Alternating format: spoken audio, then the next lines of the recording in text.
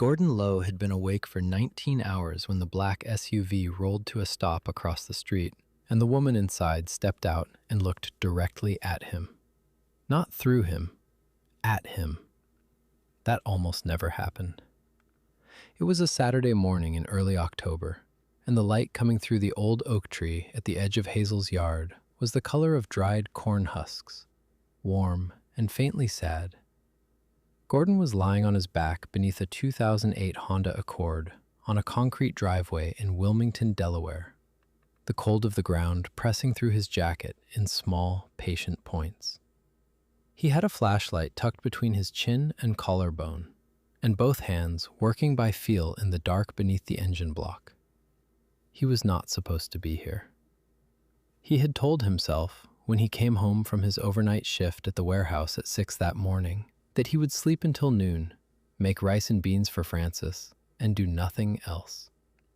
He had been making promises like that for 10 years and keeping none of them. Because the part of him that made promises and the part of him that actually got up and worked were operated by entirely different systems. Hazel Perkins had knocked on his door at 7:15. She was 74 years old and had lived on this block in Wilmington longer than the street signs had been the current color. She held her hands in front of her when she asked for something, the way his grandmother used to hold hers, and it had the same effect on him that it had always had. Her car was making a sound, she said, a rough, catching sound every time she tried to start it. Her daughter was driving up from Baltimore that afternoon. She just needed to know if it was serious. Gordon had put on his jacket and followed her outside. He had known what it was before he opened the hood.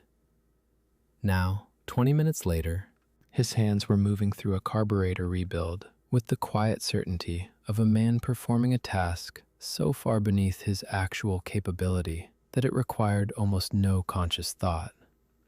The float needle was bent, a simple problem, a solvable problem.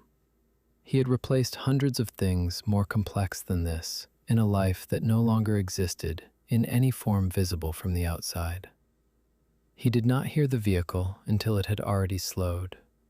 A black SUV, large and recent, the kind with tinted windows and tires that cost more than his monthly rent, rolled to a stop against the curb across the street. Not parking, not passing through, stopped. The engine idled. Gordon lowered his flashlight and sat up slowly.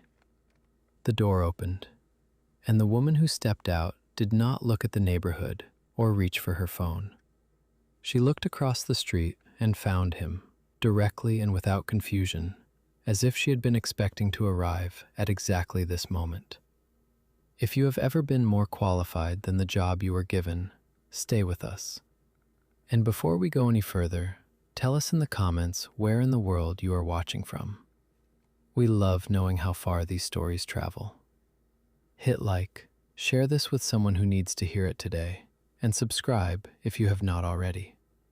Now back to that driveway, back to that idling engine, and to the man who had no idea that this particular Saturday morning was about to ask something of him he did not know he still had left to give.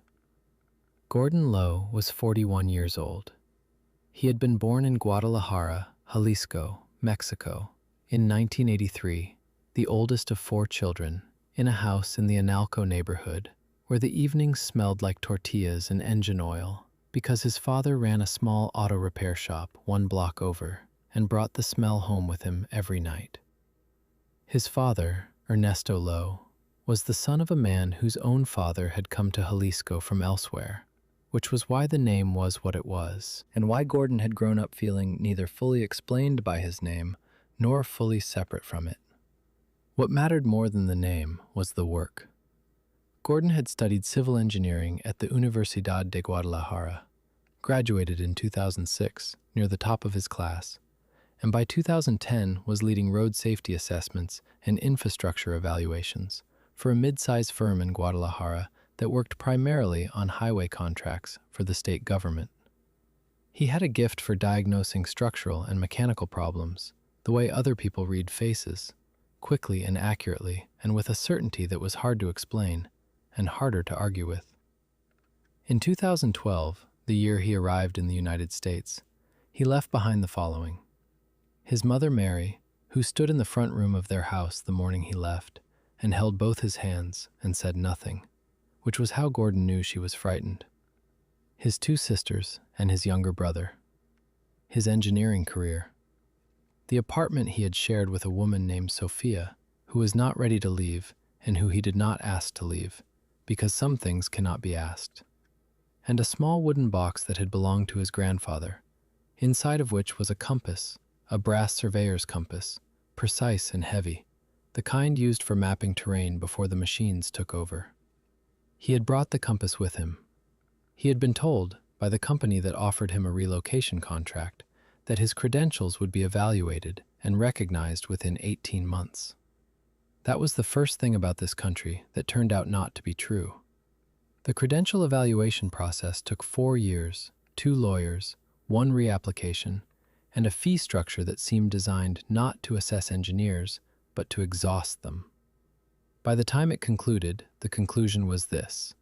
His Mexican engineering degree was valid, but his license did not transfer without an American examination that cost more than he could afford while supporting himself, sending $280 every month to his mother Mary in Guadalajara, and raising a daughter largely on his own. Frances had been born 8 months after he arrived. Her mother had left when Frances was 18 months old. Gordon did not speak badly of her. He did not speak of her much at all. He had absorbed her absence into the structure of his days and kept moving, because Frances needed someone who kept moving, and he was the only person available for the job. Frances was 11 years old. She had her father's dark eyes and her own laugh, which was nothing like anyone else in the family, loud and sudden and completely unself-conscious, the kind of laugh that made strangers smile without knowing why. She spoke Spanish the way children speak a language learned at home rather than at school, fluent in feeling, but sometimes uncertain in grammar. And she was getting better because Gordon spoke to her in Spanish every evening before dinner, and she had stopped pretending to find this annoying. She still found it a little annoying, but she was getting better. Gordon worked overnight shifts at the Harrington Logistics warehouse on the south edge of the city, 3 nights a week, operating equipment and occasionally, when the floor supervisor Carol Wolford was not watching, repairing whatever mechanical problem had stopped a piece of equipment from functioning correctly. He had been passed over for the floor supervisor position once. Carol Wolford had been given it instead. She was competent at the parts of the job that involved paperwork and called the maintenance crew every time a machine made an unfamiliar sound. Gordon fixed the machines in the meantime, without being asked and without being thanked. He lived in a 2-bedroom apartment on the 3rd floor of a building on Linden Street. Frances's room was barely large enough for her bed and the desk where she did homework each evening, and the shelf of library books she was working through at a speed Gordon found genuinely alarming and deeply satisfying. The kitchen smelled like whatever he had cooked most recently, which was usually tamales on weekends and arroz con pollo on weeknights, and sometimes, on Sunday mornings, chilaquiles that made the whole floor smell like tomatillo and warm tortilla. His grandfather's compass sat on the kitchen windowsill, next to a small cactus that Frances had insisted on buying from a school fundraiser 2 years ago, and which was, against all reasonable expectation, still alive. The one thing about this country that had turned out to be unexpectedly and completely true was the public library 2 blocks from their apartment. Gordon had gone there the 2nd week after he arrived, cold and uncertain, and needing a place to sit and think without spending money. He had walked in and stood in the entrance for a long moment, overwhelmed by something he could not immediately name. Shelves extending in every direction. A children's section with soft rugs and low tables.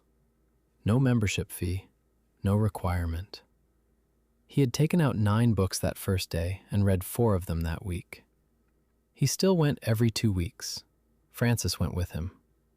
She had read her way through 2 full sections and was working on a third. These were the facts of Gordon Lowe's life that October. They were not small facts. They were not a small life. They were simply invisible to most people who passed him on the way to the warehouse, or handed him a freight manifest, or drove past Hazel's driveway without looking down at the man lying on his back beneath the car. He was wiping down the carburetor housing with a clean rag when he heard the SUV door open. He stood slowly, his back registering its complaints with the patience of something that had been complaining for a while and no longer expected to be taken seriously. The woman who stepped out was wearing a dark coat over clothes that suggested a world of different textures than the one Hazel's driveway occupied. She was in her early 50s. Her posture was the kind developed by decades of walking into rooms first. A man in the dark jacket, her driver, stepped out from the front and stayed near the vehicle. She crossed the street. Gordon noticed, with the mild interest of a man who has spent years cataloging different ways of being looked at, that she was looking at the open hood, and then at his hands, and then at the toolbox on the concrete, in that order, with the focused attention of someone actually trying to understand something, rather than someone deciding what category to file it in. "The Accord," she said. Her voice carried across the quiet street without effort. "What was wrong with it?" "Carburetor float needle," Gordon said. "Already fixed." A pause. "You diagnosed a carburetor problem by listening to it start?" He looked at her for a moment. "Yes." Something in her expression recalibrated slightly. She looked at the SUV behind her, then back at him. "My driver noticed something on the way here. A sound in the front end. He thinks it is the engine." Gordon looked at the SUV. He could see, from where he stood, that the front right corner was sitting slightly wrong, the kind of wrong that was visible only to someone who had spent years learning to read the geometry of vehicles the way other people read text. "It is not the engine," he said. He crossed the street and crouched beside the front wheel well. He asked the driver, Robinson, to turn the wheel slowly. He felt the play in the column with the flat of his hand and already knew. He stood and opened the hood and confirmed it in 3 minutes. A worn tie rod end, developing dangerous play that would become a genuine emergency within a few hundred highway miles. He told her this. She asked 2 follow-up questions, both specific and technically informed. He answered them. Then she was quiet for a moment. "You are not a mechanic," she said. It was not a question. Gordon set the flashlight on the edge of the fender and looked at her. "I am today," he said. Something moved across her face. Not quite a smile, but something that had decided not to become a smile yet and was holding the option open. "What were you?" she asked. The October morning was still around them. The oak tree moved slightly. Upstairs, Frances was either eating the chilaquiles he had left covered on the stove, doing homework, or reading with her breakfast forgotten beside her. "Civil engineer," Gordon said. "Road and highway infrastructure, Guadalajara." She did not fill the silence quickly, which was unusual. Most people moved past this information almost immediately, the way drivers pass an exit they did not mean to take. She did not do that. "When did you come here?" she asked. 2012. "And they did not recognize your license?" Not a question, a shape she already recognized. "No," he said. She looked at the toolbox on the driveway and then back at his face. "You know what that is, do you not?" she said, and her voice was low and careful. "The feeling of being completely capable and being told, anyway, that you are not enough." He had been carrying it for 10 years without ever hearing it named. Gordon did what he always did when a moment became larger than the moment could hold. He moved to the practical. He told her the tie rod end needed replacement before the vehicle returned to the highway. He could not complete that repair here, on a residential driveway, but he knew a shop he trusted, a mechanic named DeFazio who had worked on American and European vehicles in this city for 25 years, and who would charge her fairly and not take advantage of the situation. She said, "How do you know I would be taken advantage of?" He said, "Because I have watched it happen to people who knew more about the car than the person handing them the bill." She looked at him for a moment. "My name is Evelyn Stewart." He shook her hand. "Gordon Lowe." She repeated his name without hurrying over it, giving both syllables their full weight. She told Robinson to arrange the tow. Then she looked at Hazel's building, then back at Gordon. "Is there somewhere I can wait that is not the back seat of a car?" she asked. If this story is reaching you, if you have ever worked a job that had no idea who you actually were, we want to hear about it in the comments below. And while you are there, please subscribe if you have not already, and share this with someone who needs it today. Every story we tell is for someone sitting exactly where you are right now. Let us keep going. Gordon made coffee. The apartment told you what you needed to know about a person's life from the moment you stepped inside. The toolbox on the shelf beside the door, organized with a precision that had nothing to do with the job he currently held. Francis's mathematics workbooks stacked on the table next to a library book about the geology of Baja California. The pot of arroz warming on the back burner. The photograph on the wall above the television. His mother Mary and his father Ernesto, standing in front of the auto shop in Analco in 1997. Mary with her arm through Ernesto's, and both of them squinting slightly into an afternoon sun that no longer existed, but still held everything that mattered. On the kitchen windowsill, between the cactus and the stack of utility bills, the compass sat in its small wooden box with the lid open. Francis appeared in the hallway in her oversized sweatshirt and socks, assessed the situation in the kitchen with the complete unself-consciousness of a child who has not learned to pretend she is not assessing, and walked directly to her stool at the counter. "This is Ms. Stewart," Gordon said, pouring coffee. "Her car needs a tow." Francis looked at Evelyn with the frank attention that Gordon had long since stopped trying to soften. "The black one across the street?" "Yes," Evelyn said. "I heard it when it turned onto the block," Francis said. "The front end." A small silence. Evelyn looked at the girl and something shifted in her expression. Something careful and brief, the way a door moves when someone on the other side finally tries the handle.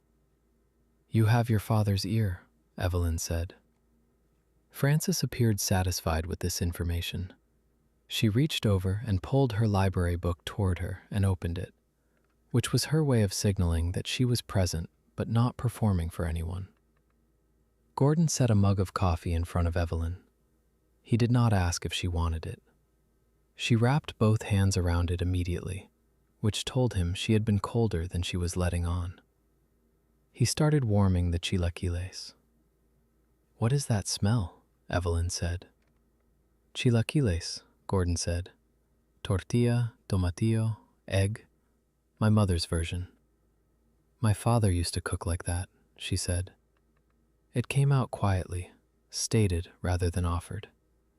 Not this exactly, but the same quality of it. Something that took time. Something that knew it was worth the wait. Gordon glanced at her briefly, then back at the pan. "Where was he from?" he asked. "Oaxaca," she said. "Originally. He came here when he was 23. Francis looked up from her book. "That is where mole negro is from," Francis said. "We made it once. It took 2 days." "It does take 2 days," Evelyn said. Her voice had shifted, the way a gear shifts when the road finally levels out. Gordon set a plate in front of each of them and sat down at the corner of the table. The morning had taken on a different quality, the kind that settles into Saturday kitchens when no one is performing a role they were assigned. Evelyn ate a few bites and then set her fork down with the deliberateness of someone making a decision. "My father worked in this city for 27 years, she said. He cleaned office buildings. He had been a school teacher in Oaxaca. He had a teaching credential and 11 years of experience, and this country told him, on arrival, that the credential was not recognized and that the review process would take several years and cost more than he made in 3 months." She paused. "He cleaned buildings for 27 years. He was good at it because he was good at everything he decided to do. But that is not the point." Gordon was quiet. "He died 4 years ago," Evelyn said, "and I have been running a transportation infrastructure company for the past 14 years, and I have never once thought to ask how many of the roads and bridges my company assesses were designed by engineers whose licenses this country decided not to recognize." Frances had stopped pretending to read her book. Gordon said nothing for a moment. Then he said, in Spanish, a single word. The word for debt. Not the financial kind, the other kind. Evelyn looked at him. She recognized the language, if not the specific word. "What does that mean?" she asked. "It is what you carry," he said. "When someone gave more than they should have had to give, and you do not yet know how to answer it." She held the coffee mug in both hands. "Yes," she said quietly. "That is exactly the word." Frances got up a few minutes later and brought her library book to the table and opened it to a photograph of the Oaxacan Valley, the hillsides in the dry season, amber and deep red, and the gray-green of maguey plants running along the slopes. Evelyn leaned forward and looked at the photograph for a long time without speaking. Gordon watched his daughter narrate the geography of a place neither of them had ever visited, with the easy authority of a child who has read enough books to feel at home in places that exist for her only in pages. And something moved in his chest that he did not try to name. The compass on the windowsill caught the light and held it. The moment between leaving and staying had already passed. Neither of them had noticed it go. 3 weeks later, Gordon arrived at the warehouse for his overnight shift and found an envelope in his locker that had not been placed there by anyone from the warehouse. Inside was a single document, the details of an accelerated engineering credential recognition program in Delaware for engineers holding verified foreign degrees with documented professional experience. The application window was open for another 6 weeks. A card was attached with a phone number on it. On the back, in even and unhurried handwriting, were these words: "The application fee is handled. The rest belongs to you." Gordon stood in the locker room under the fluorescent light for a long time. He had not asked for this. He had not asked because he had spent 10 years organizing his life around the assumption that asking was a permission he had not been granted. And he had eventually stopped experiencing this as a limitation and begun experiencing it as simply his nature. He had gotten very good at it. He had told himself, more than once, that this was a kind of strength. He put the document back in the envelope. He put on his jacket. Then he took the envelope back out and read it again. At the end of his shift, as the sky over Wilmington was going pale at the edges, he called the number. It rang twice. "Gordon," Evelyn said. "I did not ask for this," he said. "I know. I have spent 10 years not asking for things. I became very good at it. I thought it was a skill." A pause on the line. "It is a skill," Evelyn said. "It kept you here. It kept Frances here. It kept your mother from worrying more than she already does." Another pause. "But it is not the only skill you have, and it is not the one this moment requires." He stood in the parking lot as Carol Wolford walked past him toward her car without looking up from her phone. He said, "My grandfather used a compass his whole working life. He mapped terrain in Jalisco for 40 years. When he gave it to my father, and my father gave it to me, I thought it was because the object was valuable." He stopped. "I have been here 10 years. I think I finally understand that it was not about the compass. He was telling me that I already knew how to find where I was going." The line was still. Then Evelyn said, "Gordon, apply for the program." He stood in the parking lot with the morning light spreading over the city. "All right," he said.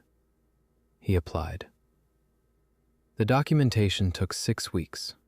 His university transcripts from Guadalajara, his professional engineering license from the Colegio de Ingenieros Civiles de Mexico, 7 years of project records from the Jalisco infrastructure firm, and letters from former colleagues who still remembered his work clearly enough to describe it in specific, technical, and unambiguous terms. One of those letters came from an engineer named Gloria Mendez, who had worked alongside him for 4 years and who wrote 3 full pages in careful, formal English about the kind of problems Gordon Lowe could solve and how he solved them, and what the team lost when he left. Gordon read the letter when his copy arrived and sat with it quietly for a while. The credential examiner, a man named Wolford at the State Engineering Board, contacted him twice during the review to request supplemental documentation. Gordon provided it both times within 48 hours. Wolford's final communication was a single, formal sentence stating that the review was complete and the determination would be issued within 10 business days. On the morning the acceptance letter arrived, Frances was at the kitchen table doing homework.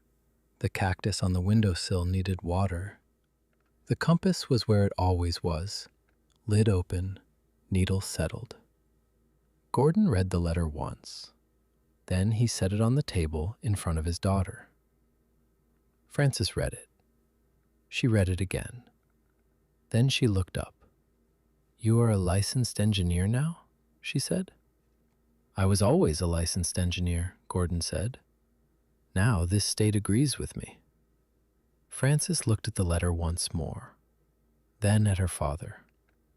"I know," she said. She said it the way she said things she meant, directly and without decoration. "I just wanted you to know that I already knew." Gordon sat down across from his daughter. He picked up the compass from the windowsill and turned it in his hands. The brass was warm from the morning sun coming through the window. The needle moved and settled,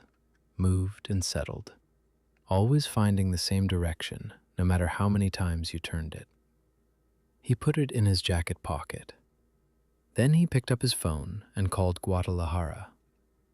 His mother Mary answered on the second ring, the way she always did, as if she had been near the phone all along. "Gordon?" "Mama." "Are you eating?" He laughed, a real laugh, the kind that came from somewhere low and uncomplicated, the kind that surprised him a little. "Yes, I am eating." "And Frances?" "Frances is eating. Frances is doing her homework. Frances knows more about Oaxaca than I do, and she has never been there." He heard his mother smile through the phone. "How are things?" she asked. She'd been asking this every Sunday for 10 years. He'd been answering the same way for 10 years. Fine. Managing. Not bad. Holding on. He looked at the letter on the table, at his daughter, at the compass in his pocket, at the kitchen that smelled like the food he'd grown up with, and the walls that held the photograph of his parents in front of the shop in Analco, squinting into the afternoon sun of a year that no longer existed, but still held everything that mattered. "Mama," he said, "things are good." A pause. She had been listening to his voice for 41 years. She knew every weight it carried. "Good how?" she said carefully. "Good like I mean it," he said. She was quiet for a moment, Then she made a sound. Not a word, a single sound. The kind that holds 30 years of prayers offered in a kitchen in Guadalajara and 10 years of Sunday phone calls listened to with the specific attention of a mother who knows when her child is not telling her the full truth and who chooses, out of love, not to say so. "Come home soon," she said. "Soon," he said. "Francis and I, we are going to come." He heard Francis, without looking up from her homework, say in Spanish, "Tell Grandma I want to learn to make the mole." He told her. His mother laughed so completely the line broke up for a moment. Gordon Lowe had come to this country with his grandfather's compass, a civil engineering degree, and the promise that his credentials would be seen clearly if he was patient enough. He had been told in 1,000 different ways, in credential offices and hiring rooms, and in the particular silence that followed when he named his profession and people measured it against the forklift, that he was temporary, that he was manageable, that he was the kind of problem that solved itself if you waited long enough for him to stop insisting on being what he was. But he had known something those people did not. He had crossed a border and 10 years of invisible labor to get here. He had already survived the hardest part. Everything after that was just learning to take up the space that had always belonged to him. Thank you so much for watching. If this story touched your heart, please give it a like, share it with someone who needs to hear it today, and subscribe so you never miss the next one. Drop a comment below and tell us whose quiet sacrifice has shaped your life. We read every single one, and we are grateful for every one of you, wherever in the world you are watching from. We will see you in the next story.